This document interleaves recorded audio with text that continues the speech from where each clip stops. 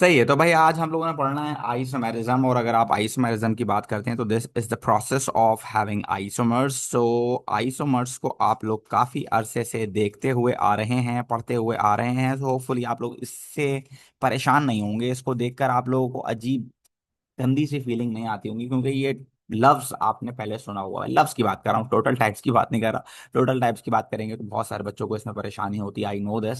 सो उसी को मैं आज एक साथ जो है कंपाइल करने वाला हूँ, तो उसको जरा देख लीजिएगा। नंबर वन, आपको देखने को मिलेगा लाजमी लाजमी पेपर के अंदर आइसोमेरिज्म, तो इसीलिए इसको पढ़ना जरूरी है। एक तो पांचों में से कोई ना कोई आपको देखने को मिलेगा। वैसे टोटल दो टाइप्स हैं। एक को हम लोग बोलते हैं बच्चों क्या, स्ट्रक्चरल आइसोमर्स। ठीक है ना भाई, एक को हम लोग क्या बोलते हैं बच्चों, स्ट्रक्चरल आइसोमर्स। ये पेपर में अक्सर और बेशतर सवाल आता है कि वो इसकी टाइप्स पूछता है आपसे, कितनी तरह का है ये भाई बताएं। तो आप लोगों को बताना चाहिए, ये जो स्ट्रक्चरल आइसोमर्स होते हैं ये टोटल तीन तरह के होते हैं। ठीक है, नंबर वन कौन से होते हैं भाई, चेन आइसोमर्स, जो कि आप लोगों को पता है कि चेन आइसोमर्स जो होते हैं वो आपके पास ब्रांच वाले आइसोमर्स को कहते हैं। फिर आपके पास आ जाता है पोजिशनल आइसोमर्स। ठीक है ना भाई, पोजिशनल आइसोमर्स पोजीशन चेंजेस की वजह से होते हैं। Number three would be functional group isomer. इसके अंदर आपके पास आ जाते हैं ऐसे आइसोमर्स जिसके अंदर फंक्शनल ग्रुप डिफरेंट हो, बट वो जो है क्या नाम है, मॉलिक्यूलर फॉर्मूला सेम रखते हो। ठीक है। उसके बाद हमारे पास दो और तरह के आइसोमर्स होते हैं जिनको हम स्पेशलाइज्ड कैटेगरी में डालते हैं, that is stereoisomerism, right. So इसके दो ऑप्शंस हैं हमारे पास। ठीक है ना, एक होता है जिसको हम लोग बोलते हैं ज्योमेट्रिकल आइसोमर्स, और इसके लिए पाई बॉन्ड्स का होना बहुत ज़रूरी होता है। अगर पाई बॉन्ड ना हो तो ये पॉसिबल नहीं होता। और एक होता है आपके पास ऑप्टिकल आइसोमर। ऑप्टिकल आइसोमर्स के लिए आपके पास कायरल सेंटर का होना ज़रूरी होता है। तो टोटल इस तरह से आपके पास होगा पांच टाइप्स। ठीक है ना, वैसे तो मेन टाइप्स तो दो ही हैं, लेकिन उसके अंदर तीन और दो मिला के टोटल पांच अलग अलग तरह के आइसोमर्स बन सकते हैं। ठीक है। तो सबसे पहले तो मैं आप लोगों से पूछना चाहूंगा कि आप लोगों को इसकी डेफिनेशन याद है, होपफुली याद होगी, क्योंकि ये डेफिनेशन इतनी कॉमन है कि हर बच्चे को ही याद होती है। ठीक है ना भाई। सो आप लोगों ने बतानी है वो डेफिनेशन मुझे। सबसे पहले स्ट्रक्चर आइसोमर्स की, जो कि मेरे ख्याल से बहुत ही आसान है। ओ लेवल्स में, आईजीसीएसई में आप इसको याद करके आए थे, स्ट्रक्चर आइसोमर्स वाली। ठीक है ना, तो वो तो मेरे ख्याल से आप लोगों को वैसी रटी हुई होगी। चलें, कौन बताएगा, raise your hand and answer the definition of structural isomerism. Structure isomer जो होते हैं यानी चेन, पोजिशनल और फंक्शनल ग्रुप आइसोमर की डेफिनेशन आपने बतानी है। मुझे लगता है अब्दुल रहमान बताना चाह रहे हैं। जी अब्दुल रहमान बताइए। सिर्फ स्ट्रक्चरल की बताऊं, चेन की बताऊं, पोजीशन की बताऊं, किसकी बताऊं? स्ट्रक्चर आइसोमर्स की डेफिनेशन सेम होगी for all of these three, right. तो आप एक ही अच्छा डेफिनेशन। जी, ऐसे ही। तो सिर्फ स्ट्रक्चरल आइसोमर्स वो होते हैं जिनके क्या कहते हैं, मॉलिक्यूलर फार्मूलाज सेम होते हैं पर स्ट्रक्चरल फार्मूलाज फर्क होते हैं। ठीक है, same molecular formula but different आपके पास क्या होता है भाई, स्ट्रक्चरल फॉर्मूला। ठीक है। अच्छा, इसको डेफिनेशन को सिर्फ ऐसे ही मत लिख दीजिएगा आप लोग पूरी डेफिनेशन लिखिएगा। क्या लिखेंगे, molecules having same molecules having same molecular formula but different structural formula। Very good, ये डेफिनेशन होगी इसकी इन तीनों की। अच्छा, इन दोनों की डेफिनेशन क्या होगी, ईमान बताएंगी मुझे। यस ईमान बताइए। हेलो, अस्सलाम स्टीरियो, वालेकुम सर। वालेकुम सलाम। स्टीरियो आइसोमर्स की डेफिनेशन आपने बतानी है। Sir, stereoisomerism is when a molecule has the same structure and molecular formula, but a different orientation or a different 3D structure due to different alignment of the atoms around the carbon. ठीक हो गया। आप इसको क्या लिख सकते हैं, आप लोग लिख सकते हैं मॉलिक्यूल्स। अच्छा, इसके अंदर स्ट्रक्चरल फॉर्मूला सेम होता है, molecules having same molecular formula and structural formula but different arrangement of atoms. ठीक हो गया, बेहतरीन। ठीक है, ये डेफिनेशन इसकी हो गई है भाई। तो ये दोनों डेफिनेशन आप लोगों को लाजमी लाजमी याद होने चाहिए। इनमें से कोई सा भी आए आप लोगों को पता होना चाहिए कि मैं इसका आंसर क्या लिखूंगा तो मुझे नंबर मिलेंगे। सही है भाई। चले भाई। अच्छा, अब हम कंडीशंस की अगर बात करें तो आप लोगों को पता होना चाहिए कि इनमें से कौन सा वाला किस वक्त लग सकता है। ठीक है ना, तो अगर मैं कंडीशंस की बात करूं तो आपको हर एक की कंडीशंस का पता होना चाहिए, राइट। आप लोगों को ये पता होना चाहिए कि if you want to form chain isomerism so at least you should have 4 carbons, right. तो इसके लिए, चेन आइसोमर्स के लिए एटलीस्ट 4 कार्बन्स रिक्वायर्ड होंगे, ठीक है ना। एटलीस्ट 4 कार्बन्स रिक्वायर्ड होंगे, तब जाके चेन आइसोमेरिज्म होगा। अच्छा, अगर सिचुएशन ऐसी हो जाए कि आपके पास आ जाए एल्डिहाइड, एल्डिहाइड में तो बन सकता है, सॉरी, अगर आपके पास आ जाए कीटोन, अगर आपके पास कीटोन आ जाए तो फिर एक प्रॉब्लम हो सकती है, क्योंकि कीटोन के अंदर बीच में आप ब्रांच कैसे लगाएंगे, क्योंकि बीच में तो सी डबल बॉन्ड ओ लगा हुआ होता है, लाइक दिस, 1 2 3, यहाँ ऑलरेडी आपके पास सी डबल बॉन्ड ओ लगा हुआ है, तो आप बीच में कार्बन नहीं लगा सकते। तो इसके लिए एटलीस्ट आपके पास कितने कार्बन होने चाहिए भाई, 5 कार्बन होने चाहिए, तब जाके आप ब्रांच लगा सकते हैं। किसके लिए? भाई कीटोन के लिए, ठीक है भाई।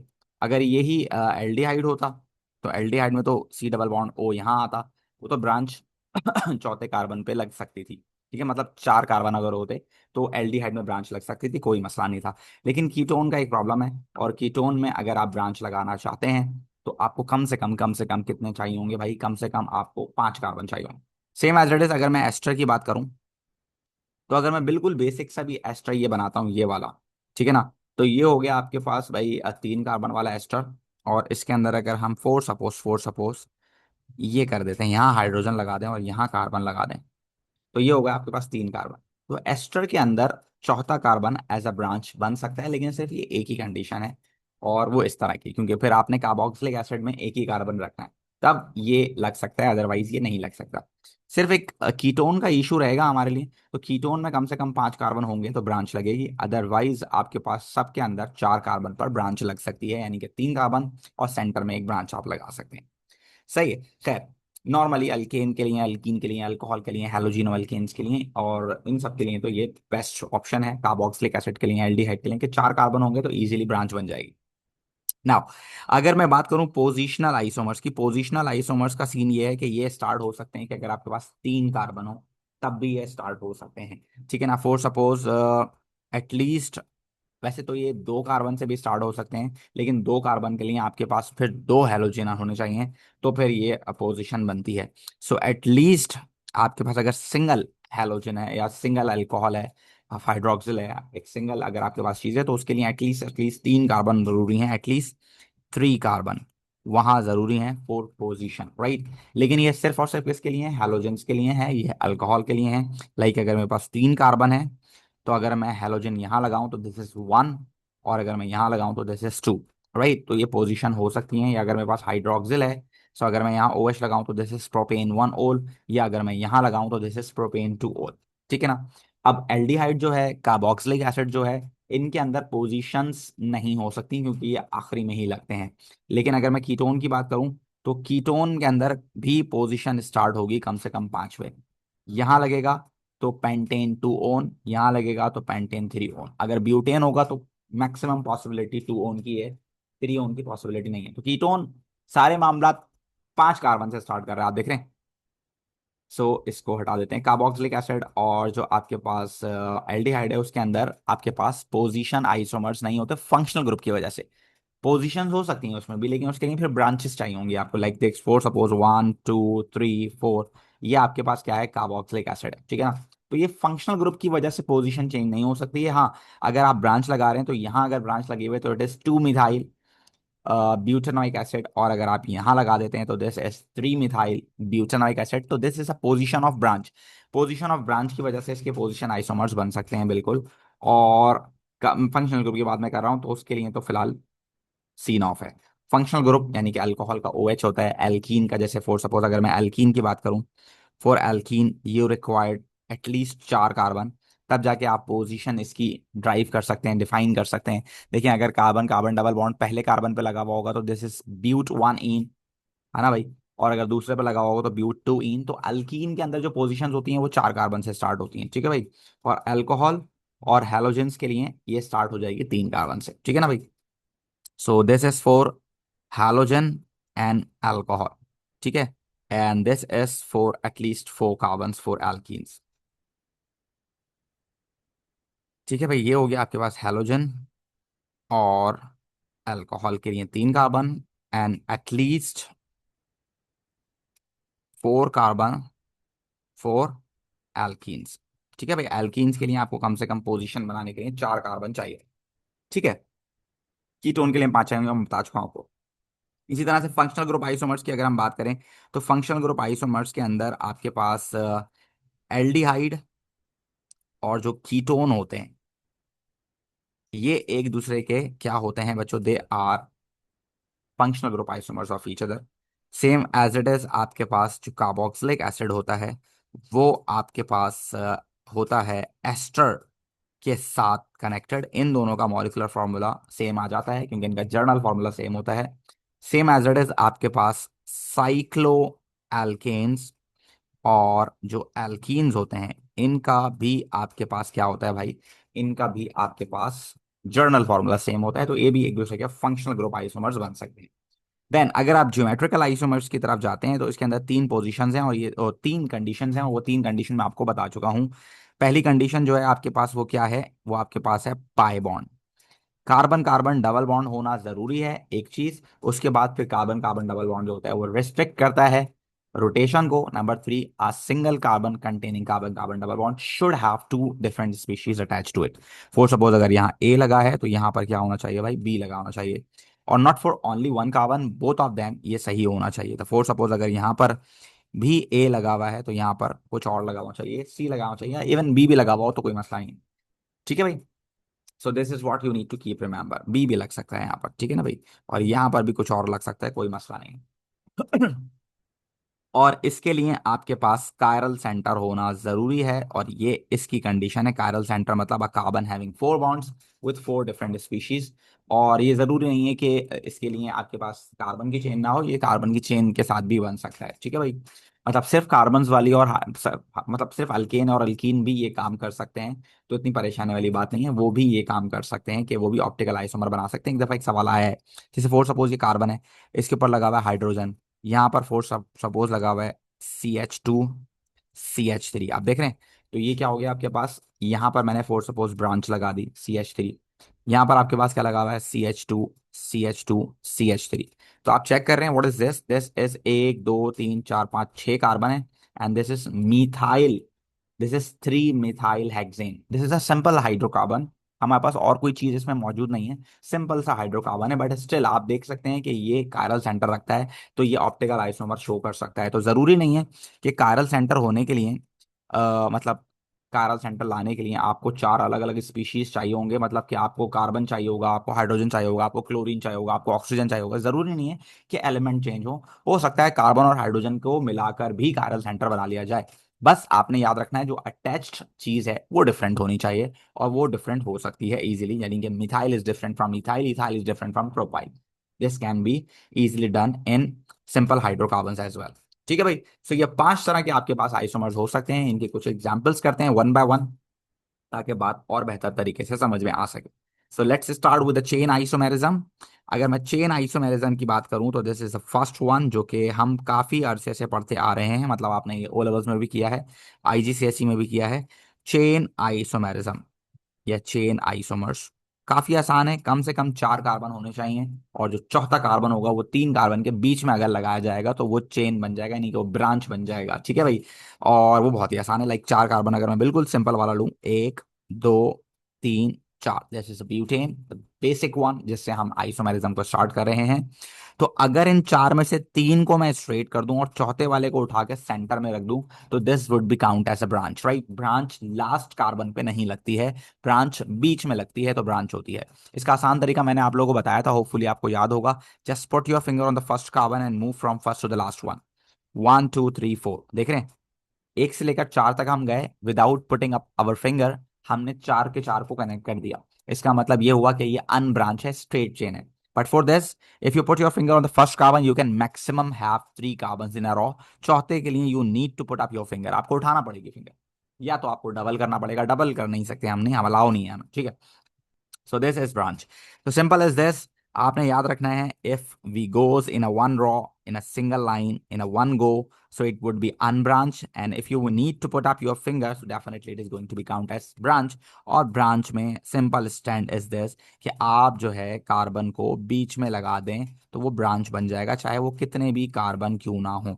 आप देख सकते हैं ये बन चुका है आपके पास चेन आइसोमर, इसका नाम है ब्यूटेन, और इसका नाम है क्या बच्चों, टू मिथाइल प्रोपेन। ठीक है ना, ब्रांच को हमने मिथाइल का नाम दिया है, सेकंड पे लगी हुई है इसलिए टू मिथाइल, और मेन चेन में 3 कार्बन है तो it would be count as propane. तो this is two methyl propane. ये दोनों एक दूसरे के आइसोमर्स हैं। केमिकल प्रॉपर्टीज आइसोमर्स की सेम होती हैं because same of the functional group. Functional group isomerism में फंक्शनल ग्रुप डिफरेंट होगा तो उनकी केमिकल प्रॉपर्टीज डिफरेंट होंगी। ठीक है भाई।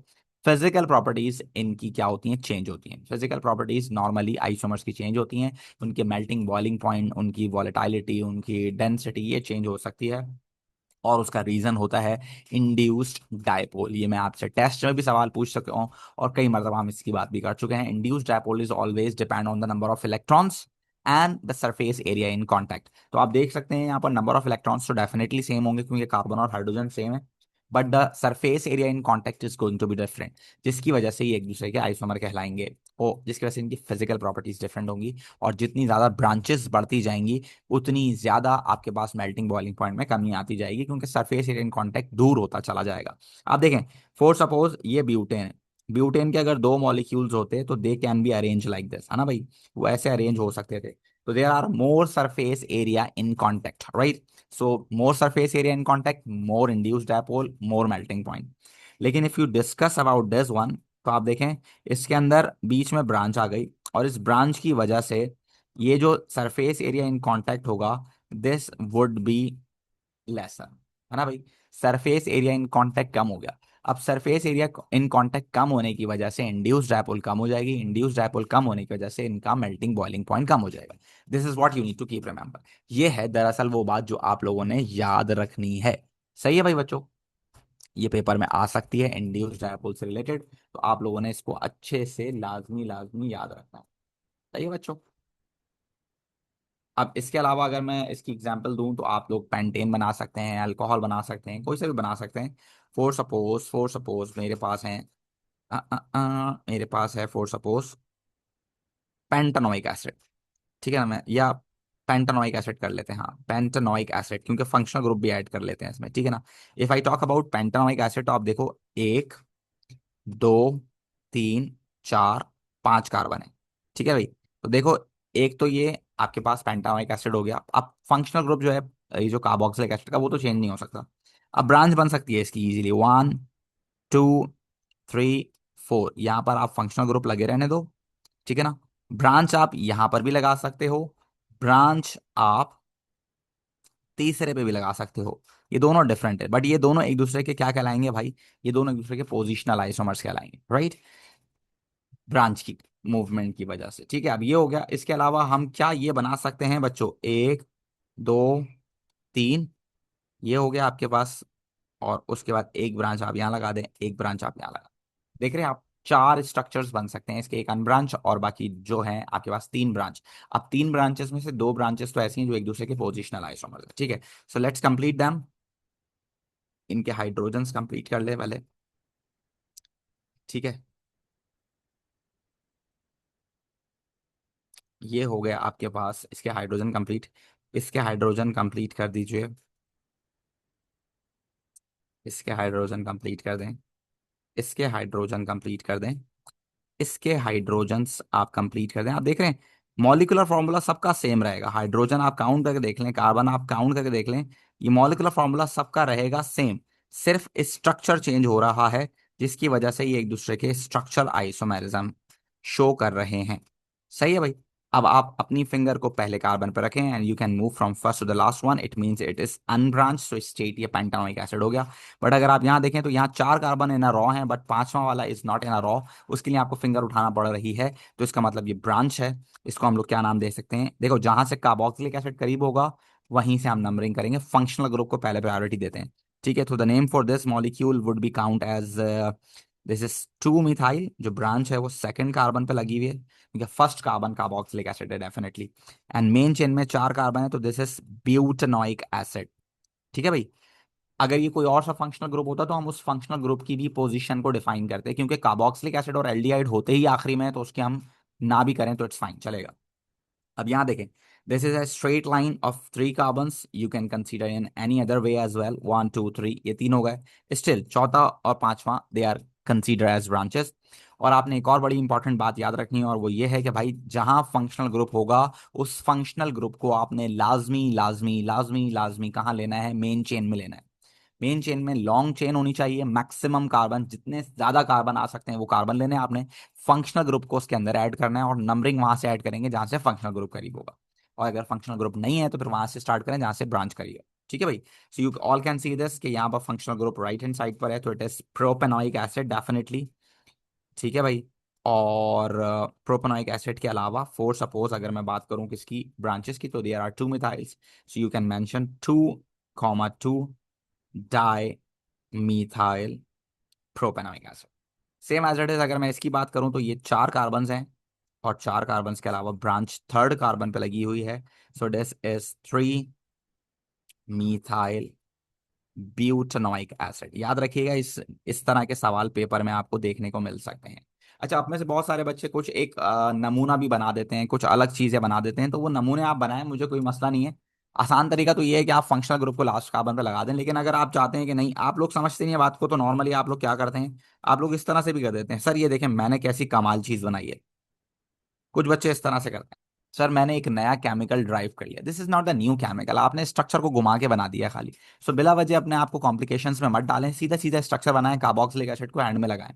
आप नीचे ऊपर लगाएंगे, फंक्शनल ग्रुप को आप कहीं पर भी लगा लें, that would be count as the first carbon. ठीक है ना भाई। फंक्शनल ग्रुप को आप नहीं चेंज कर सकते, ये आपको जहन में रखना पड़ेगी बात। ठीक है भाई। सो अगर आपने ऐसा भी बनाया तो still they are 3 carbons over here and these 2 are branches. So it again this is 2,2 dimethyl propanoic acid. This is the same structure. सो अगर आप फंक्शनल ग्रुप को एंड में लगा दें या उसको ब्रांच पे लगा दें, आप समझते हैं कि वो ब्रांच बन गई, वो ब्रांच नहीं बनती। जहां फंक्शनल ग्रुप है that would be count as the first carbon, right. So अगर आप कुछ इस तरह का दरियाफ्त करना चाहते हैं तो कुछ अच्छा करें, ये ना करें भाई। ठीक है ना। आप लोग समझते हैं कि मैंने फंक्शनल ग्रुप को ब्रांच पे लगा दिया, ब्रांच नहीं है। ब्रांच वही है जो कि फंक्शनल ग्रुप से अलग है, क्योंकि functional group is the main carbon, that is the main की, वहीं से हम स्टार्ट करेंगे नंबरिंग। ठीक है भाई। जी अब्दुल रहमान क्या कह रहे हो। सो लेट्स से दो फंक्शनल ग्रुप्स हो जाए, लाइक डायोल हो जाए, डाई कार्बोक्सिलिक एसिड हो जाए और समथिंग। तो मेन प्रायोरिटी हम हमेशा कार्बोक्सिलिक एसिड को देंगे या नाइट्राइल्स को देंगे, अगर अल्कोहल के साथ ये दोनों आ रहे हैं तो। हमने हाइड्रोक्सी क्या नाइट्राइल्स पढ़ा था ना। हाइड्रोक्सी नाइट्रस पर आते तो उसके अंदर किसको तरजीह देंगे, वो बता दे। सबसे पहले हम मेन प्रायोरिटी तो कार्बोक्सिलिक एसिड को मिलती है, सबसे सबसे स्ट्रॉन्गेस्ट फंक्शनल ग्रुप वही है। अगर वो नहीं है तो फिर नाइट्राइल्स को मिलती है। ठीक है ना, वो नहीं है तो फिर अल्कोहल पे आ जाए आप। अल्कोहल ठीक है, नहीं है तो तो हमेशा नाइट्रस। मतलब, जी वैसे और सर नॉर्मली अगर दो कार्बोक्सिलिक एसिड और कार्बोक्सिलिक एसिड अल्कोहल, हो जाए, दो कार्बोक्सिलिक एसिड डाई है तो कार्ब। जहां से, अब देखो दोनों तरफ कार्बोक्सिलिक एसिड अगर है, फॉर सपोज लाइक दिस, इस तरह से स्ट्रक्चर है, 1 2 3 4 5, यहाँ पर भी कार्बोक्सिलिक एसिड है और यहाँ पर भी कार्बोक्सिलिक एसिड है। तो आपका जहां से दिल चाहता है आप नंबरिंग करें, आंसर तो 1,5 पेंटेन डाइविक एसिड ही बनेगा ना। हाँ वो बात अलग है कि बस अगर इनमें से कहीं ब्रांच लगी हुई, यहाँ ब्रांच लगी हुई होती, तो फिर हम यहाँ से नंबरिंग करते, क्योंकि देखो फंक्शनल ग्रुप तो दोनों तरफ कॉमन है ना, तो फिर हम किसको देखेंगे, फिर हम ओके, ब्रांच को देखेंगे। सही ठीक है, है। तो फिर ठीक है, समझ आ गई, सही है सर। अगर फोर सपोज एक चेन है, उसके अंदर आपके पास कार्बोक्सिलिक एसिड लगा हुआ है और हाइड्रोक्सिल लगा हुआ है, so you need to give priority to the carboxylic acid, क्योंकि ये सबसे स्ट्रॉन्गेस्ट है। इफ यू हैव 1,2,3, ये आपके पास नाइट्राइल्स लगा हुआ है और यहाँ हाइड्रोक्सिल लगा हुआ है, so you need to give priority to the nitriles. Nitriles is the main chain, आप कह लें कि वो मेन चेन काउंट होगी और ये as a functional group count होगा। सेम एज इट इज, उसके अलावा अगर आपके पास कोई लगा हुआ है क्या, एल्डिहाइड लगा हुआ है या कीटोन लगा हुआ है, then again you need to give priority to aldehyde और कीटोन, उसके बाद अल्कोहल आता है। ठीक है ना। और अगर अल्कोहल लगा हुआ है और अल्कोहल के साथ आपके पास क्या लगा हुआ है भाई, क्लोरीन लगा हुआ है, so you need to give priority to alcohol. सही है भाई। इसी तरह से आपके पास फोर सपोज डबल बॉन्ड लगा हुआ है और फिर यहाँ पर हेलोजन लगा हुआ है, you need to give priority to the alkene. So halogen सबसे लीस्ट में आएंगे, लीस्ट प्रायोरिटी है हेलोजन की होगी। ठीक है भाई। सो हैलोजन सबसे लीस्ट प्रायोरिटी पे आएंगे।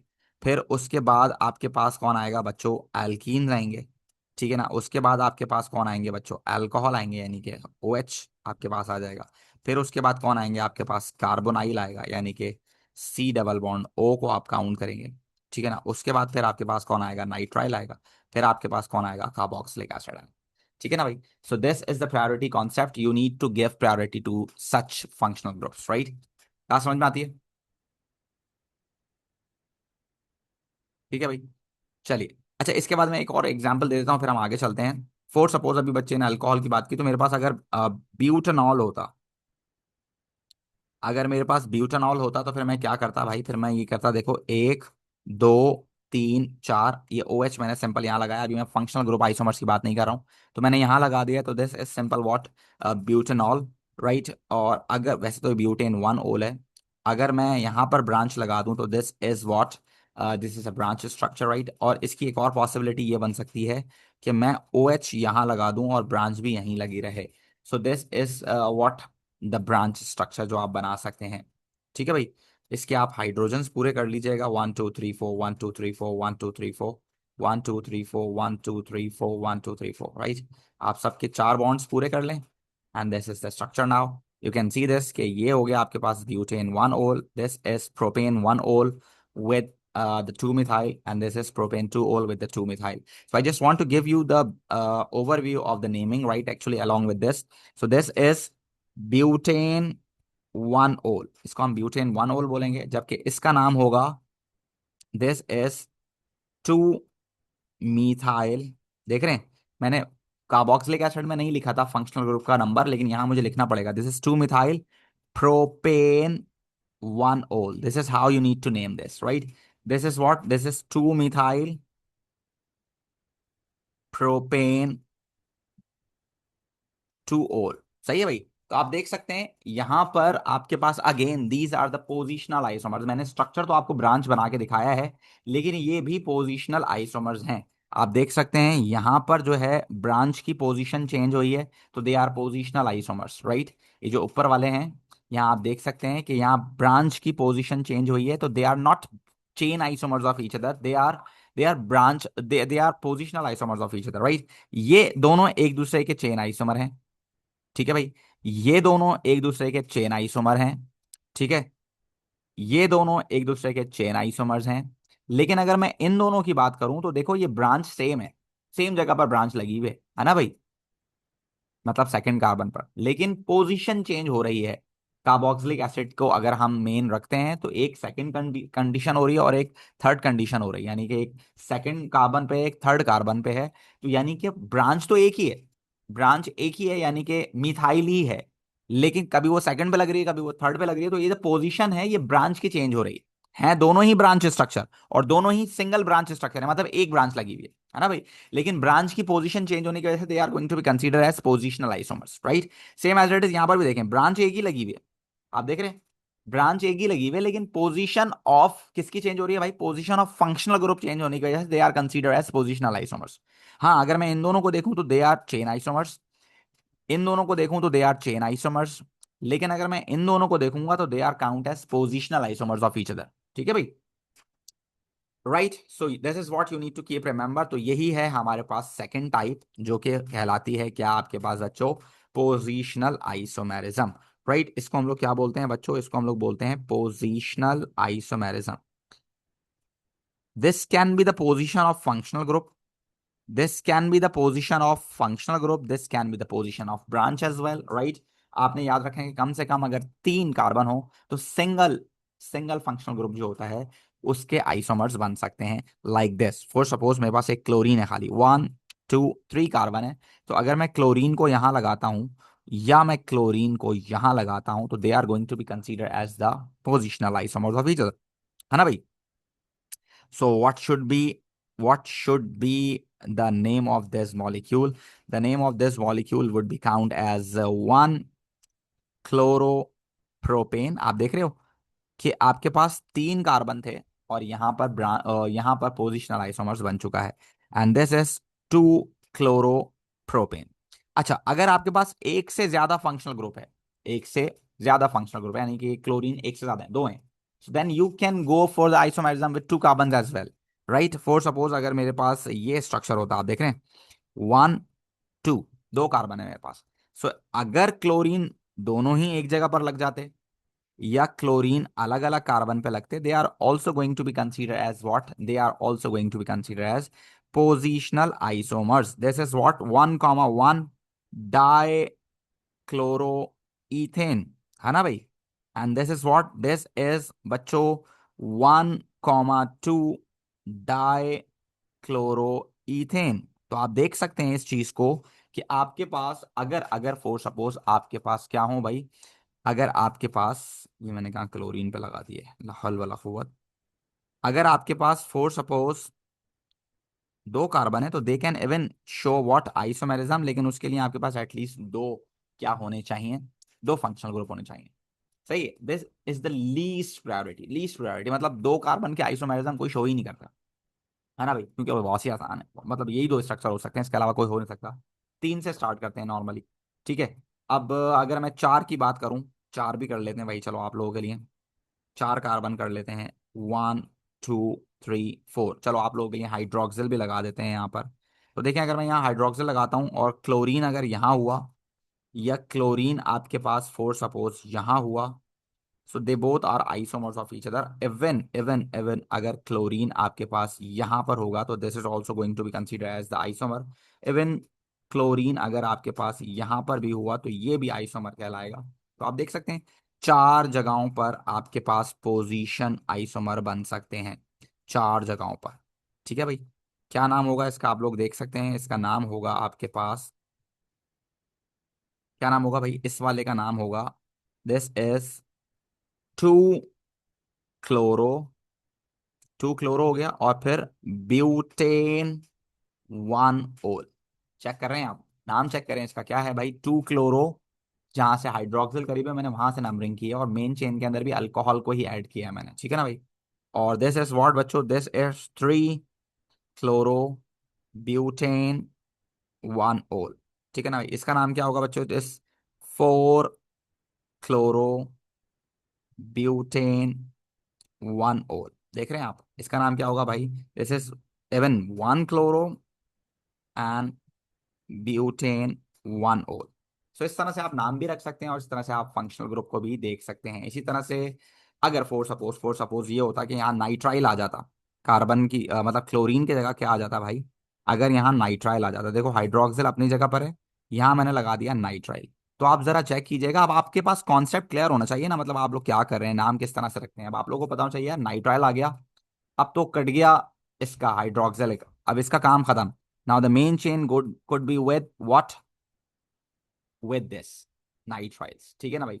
अब इस तरह का थोड़ा सा इसका नाम रखने में हमें प्रॉब्लम हो सकती है, तो इसीलिए इसको आसान करने के लिए मैं हाइड्रोक्सिल आपको यहाँ लगा देता हूँ, ठीक है ना, क्योंकि ये हमारे सिलेबस का पार्ट नहीं है। तो इसको नाम इस तरह से कर लेते हैं हम, ठीक है ना, ताकि आप लोगों के लिए आसानी हो, ठीक है। तो ये हो गया स्ट्रक्चर। अब हम इसका नाम कैसे रखेंगे ना, you need to keep remember कि हाइड्रोक्सी होगा ये, अल्कोहल नहीं होगा ये, एनॉल नहीं लिखेंगे इसके साथ, हाइड्रोक्सी लिखेंगे इसके साथ, क्योंकि ये अब ब्रांच कंसीडर होगा, क्योंकि नाइट्राइल आ गया तो अब इसकी प्रायोरिटी कम हो गई, इसकी मतलब इसकी इंपॉर्टेंस खत्म हो गई अब। So this would be count as, जहां से नाइट्राइल है वहां से नंबरिंग करेंगे, तो this is butane nitrile definitely. इसका नाम क्या है भाई, ब्यूटेन नाइट्राइल।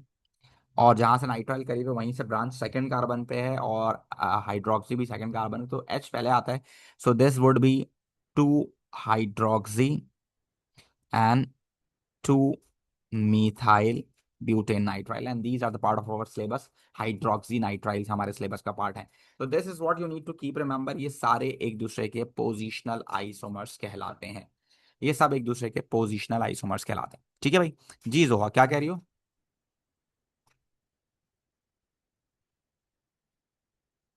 बोलो जोहा क्या कह रही हो अस्सलाम बेटे। वालेकुम। अस्सलाम वालेकुम सर। वालेकुम सलाम। सर मुझे पूछना था, अगर जैसे अभी ये जो आपने क्लोरीन ऐड किया है और फिर उसके साथ आपने आगे अल्कोहल ग्रुप लगा दिया, अगर ना लगा हुआ हो, सिर्फ क्लोरीन ही मतलब हेलोजन ही लगा हुआ हो, तो फिर हम काउंटिंग अगर कहाँ से सिर्फ स्टार्ट करेंगे?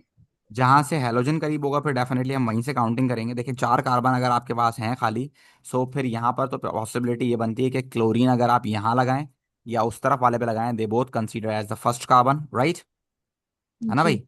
तो जहां से कार्बन पे क्लोरीन करीब होगा वहीं से नंबरिंग करेंगे।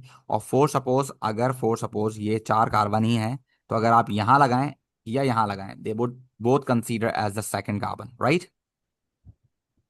सो इसका नाम ओके। होगा वन क्लोरो ब्यूटेन। आप चाहे कहीं पर भी लगा दें, पहले पे लगा दें या उस तरफ वाले लेफ्ट पे लगा दें। And this would be consider as two chloro butane, आपकी मर्जी है, आप सेकंड पे लगाएं या लेफ्ट से सेकंड पे लगाएं, कोई मसला नहीं है। हाँ, नंबरिंग का प्रॉब्लम तब होता है जब दोनों तरफ लगा हुआ हो, तो जहां से करीब हो वहां से आप नंबरिंग करें, सही है। तो सर अगर 5 कार्बन हो तो अगर फिर थर्ड पे लगा थ्री, हुआ हो तो फिर हाँ, हम उसको। थर्ड वो भी एक अलग पोजीशन काउंट होगी ना फिर। तीन पॉसिबल ठीक है। आइसोमर्स हो जाएंगे फिर। अभी जैसे दो हैं तो पांच कार्बन होंगे, तो बीच वाली भी पोजीशन काउंट होती है, तो तीन का आइसोमर्स हो जाते हैं उसमें, ओके सही सर। है। Thank you. जी। तो ये हो गई आपके पास एक अलग पॉसिबिलिटी, ठीक है ना, ये आप लोगों ने याद रखना है। ये हो गई आपके पास एक अलग पॉसिबिलिटी, ये आपने याद रखना है, ठीक है। उसके अलावा ये आपके पास अलग पॉसिबिलिटी है, ये आपके पास अलग पॉसिबिलिटी है, ठीक है। ये अलग अलग है सब, ठीक है भाई। सेम एज इट इज यहाँ पर, ये अलग हैं और ऊपर वाले अलग हैं, सही है। चलिए उसके बाद आ जाते हैं हम लोग फंक्शनल ग्रुप आइसोमेरिज्म पे। और फंक्शनल ग्रुप आइसोमर्स की अगर हम बात करें तो ये तो बहुत ही आसान है और ये बहुत कम देखने को भी मिलते हैं पेपर में। फंक्शनल ग्रुप आइसोमर ना होने के बराबर आपको पेपर में मिलेंगे, ठीक है ना भाई। ऐसे ये टॉपिक बहुत ज़्यादा ज़रूरी है, तो ये पेपर में आएगा ही आएगा, थ्योरी में और एमसीक्यूज में दोनों ही है, आपको ये देखने को मिलता है। बहुत ही ज़रूरी ये टॉपिक, ठीक है। तो फंक्शनल ग्रुप आइसोमर नॉर्मली आपके पास जैसे ये चार कार्बन है, आप देख रहे हैं ये चार कार्बन है, तो अगर इसमें मैं कहीं डबल बॉन्ड लगा दूं तो this is what but one ene, है ना भाई, ये ब्यूट वन इन है। और ये जो अगर चार कार्बन को मैं क्लोज कर दूं, अब आप लोगों को पता है कि यार अगर कार्बन को मिला दिया जाए आपस में तो दो हाइड्रोजन कम हो जाते हैं, और अगर डबल बॉन्ड लगा दिया जाए तब भी दो हाइड्रोजन कम होते हैं। तो in both of the cases यहाँ पर भी चार कार्बन है, यानी कि C4H8 इसका फॉर्मूला है, और वहां पर भी C4H8 है। इसका नाम क्या है बच्चों? This is but one ene. नाम आप पूरा लिखेंगे इसका, ब्यूट वन इन। अच्छा ये याद रखिएगा, अल्कोहल में हम AN लगाते हैं यानी ब्यूटेन वन ओल लिखते हैं, और एल्कीन्स में हम ब्यूट वन इन लिखते हैं, फर्क याद रखिएगा, ठीक है। And the name for this structure is cyclo, क्योंकि ये क्लोज है और क्योंकि सिंगल है, सिंगल बॉन्ड्स हैं, तो this is cyclobutane. They are isomers of each other because they have same molecular formula, ठीक है।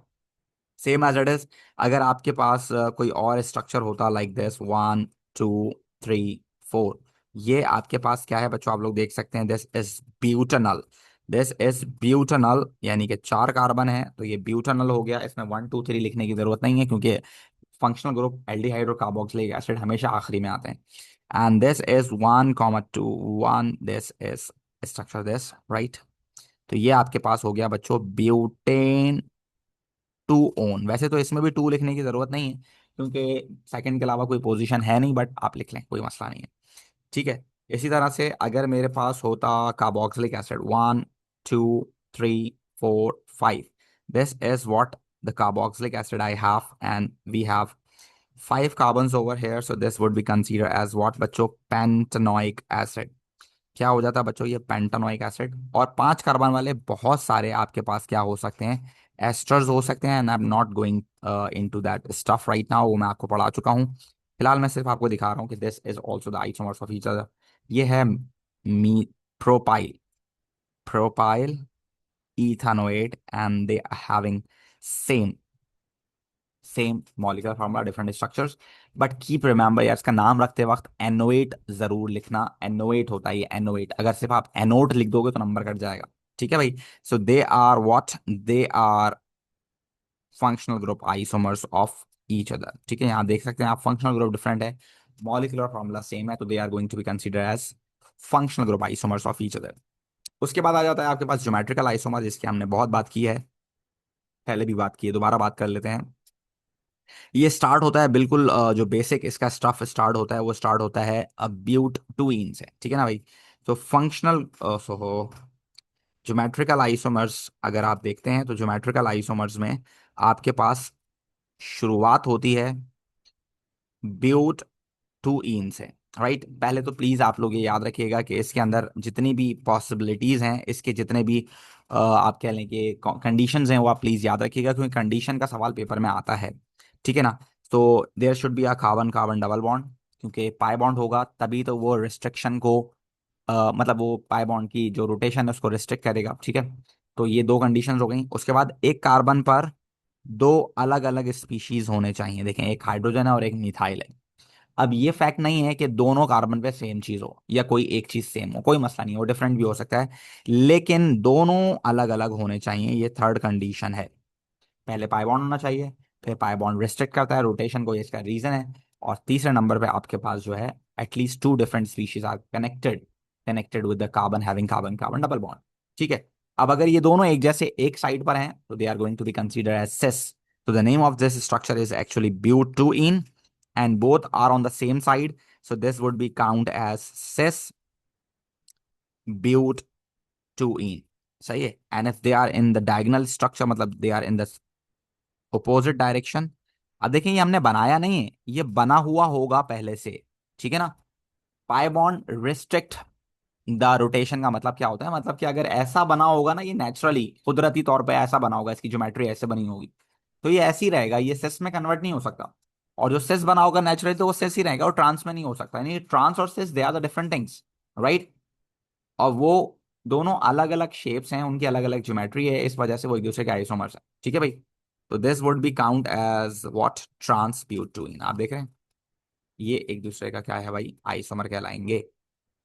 अगर डबल बॉन्ड के अंदर ये प्रॉपर्टी होती कि वो जो है रोटेशन कर सकता, अगर वो रोटेशन कर सकता होता तो ये सेस और ट्रांस एक दूसरे में इंटर कन्वर्टेबल होते, है ना भाई, खुद ही खुद कन्वर्ट हो रहे होते। जब वो खुद ही कन्वर्ट हो रहे होते, इसका मतलब वो तो एक जैसे हैं फिर, है ना भाई। जैसे फॉर सपोज अल्लाह ने दो तरह के लोग बनाए, एक मर्द बनाए, एक औरत बनाई, है ना भाई। अब ये जो मर्द हैं और ये जो औरत हैं, ये दोनों अलग अलग चीजें हैं, नेचुरली जो बनकर आए हैं वही। ठीक है, ये इंसान है दोनों, लेकिन जो मर्द बनकर आया वो मर्द ही रहेगा, जो औरत बन के आया वो औरत ही रहेगी, है ना भाई। तो ये दोनों अलग अलग चीजें हैं। तो एक दूसरे के क्या हो गया भाई, ये दोनों एक दूसरे के आइसोमर हो, they are not interconvertible. यानी कि मैं जब दिल चाहे बाल बड़े करके औरत बन जाऊं, ऐसा पॉसिबल नहीं है ना भाई। या औरत चाहे कि वो बाल कटवा के मर्द बन जाए, ऐसा पॉसिबल नहीं है। ठीक है ना, वो इंटर कन्वर्टेबल नहीं है, पॉसिबल नहीं है भाई ये। ठीक है ना भाई। तो हमारी रोटेशन रिस्ट्रिक्टेड है। ठीक है भाई। So this is what you need to keep remember. अक्सर बेशतर इसका स्ट्रक्चर बनाने के लिए आ जाता है, आप लोगों ने याद रखना है, कार्बन कार्बन का डबल बॉन्ड आपने शो करना है। और अगर आपने इसको नीचे या ऊपर, आपकी मर्जी है, जिस साइड पर भी आपने इसकी मिसाइल ब्रांचेस दिखाई हैं, that would be consider as cis. और अगर आप इसको अपोजिट डायरेक्शन में दिखाते हैं लाइक दिस, ऐसे, तो this would be count as trans. ये अक्सर और बेशतर पेपर में देखने को मिलता है। ठीक है ना। तो ये आप लोगों को लाजमी लाजमी पता होना चाहिए इसके रीजन के साथ, क्योंकि रीजन भी इसके थ्योरी के पेपर में काउंट होता है। जी जोहा। सर मुझे पूछना था, ये जो ज्योमेट्रिकल आइसोमर होते हैं, ये 5 कार्बन पर नहीं बन सकते या 6 कार्बन पर? बन सकते हैं, एटलीस्ट कम से कम चार चाहिए होते हैं, उसके बाद तो कितने भी हो सकते हैं। लाइक फोर सपोज अगर मैं बात करूं, अब एक और एक स्ट्रक्चर की मेरे पास है, पेंट टू इन। तो आप देखें, पेंट टू इन के अंदर ये आ गया डबल बॉन्ड, यहाँ पर एक तरफ हाइड्रोजन आ जाएगा और एक तरफ क्या आ जाएगी, मिथाइल आ जाएगी। ठीक है ना भाई। दूसरी तरफ हाइड्रोजन आ जाएगा और यहाँ क्या आ जाएगा आपके पास, इथाइल आ जाएगा। So they are having 5 carbon right now, this molecule having 5 carbon. लेकिन क्योंकि आप देख सकते हैं यहाँ पर एक कार्बन पे दो अलग अलग स्पीशीज हैं, सो अगर आप इसको ऐसे बनाते हैं, देखें, ये हो गए एक साइड पर ना, ये देखें, एक साइड पर हो गए दोनों ब्रांचेस, तो this would be consider as what, cis cis pent two ene. ये देखें, मैंने ऐसे बना दिया, सीधा बनाया टेढ़ा बनाया, उससे फर्क नहीं पड़ता। ठीक है, दिस इज सिस पेंटोइन। और अगर मैं इसको अपोजिट डायरेक्शन में कर देता लाइक दिस, ये ज्यादा अच्छा है मेरे लिए, तो that would be what, that is trans pent two ene, है ना भाई। तो this is cis pent two ene. चार कम से कम शर्त है, बाकी उसके बाद आपको जितने बनाने हैं आप बना सकते हैं, कोई मसला नहीं है। ठीक है भाई। याद ओके। रखिएगा कि ये जी। पॉसिबिलिटी सिर्फ और सिर्फ तब है जब एक कार्बन के पास दो क्या हो भाई, दो अलग अलग स्पीशीज अटैच्ड हो, यानी कि but one ene, pent one ene, they are not possible, they are not geometrical isomers, right. क्योंकि पेंट वन इन के पास जो पहला कार्बन होगा उसके बाद दो हाइड्रोजन होंगे। अब दो हाइड्रोजन एक जैसे हो गए तो इसका मतलब है वो एक दूसरे के आइसोमर्स नहीं हो सकते। जी लोविश्का,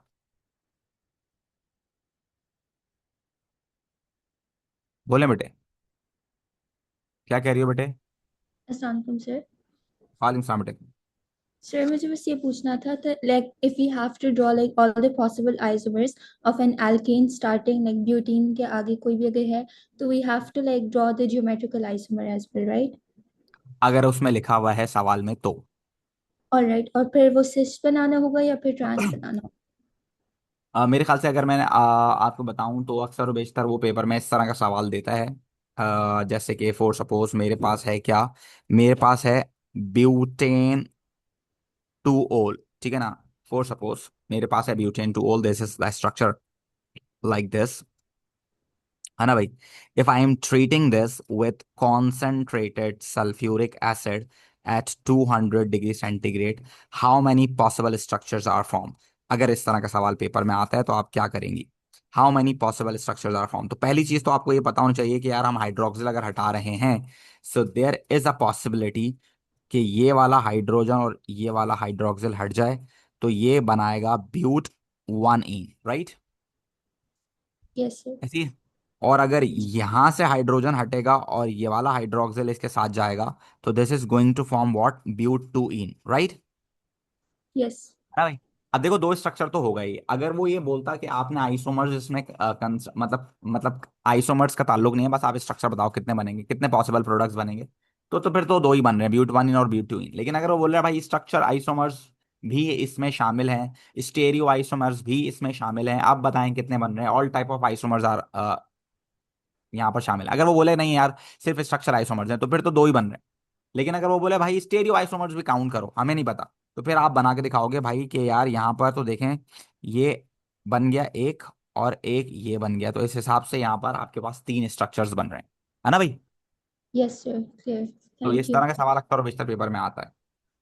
खैर, लास्ट अपनी चीज की तरफ चलते हैं और उसके बाद क्लास को एंड करते हैं।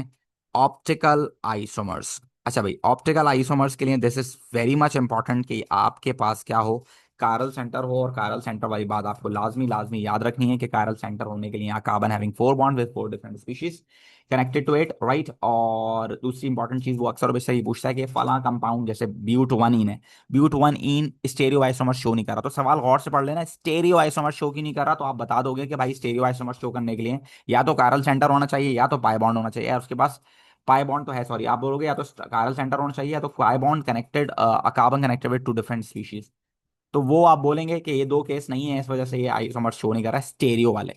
और अगर वो बोले कि भाई नहीं बताओ ज्योमेट्रिकल आइसोमर शो क्यों नहीं कर रहा, आप बोलोगे it has carbon carbon double bond but a carbon having a carbon carbon double bond having two similar species, इस वजह से वो नहीं कर रहा, ठीक है भाई। तो ये सिचुएशन है। खैर, यहाँ पर कार्बन सेंटर की डेफिनेशन आपको पता होनी चाहिए, और ये नॉर्मली शुरू होता है चार कार्बन से, ठीक है ना भाई।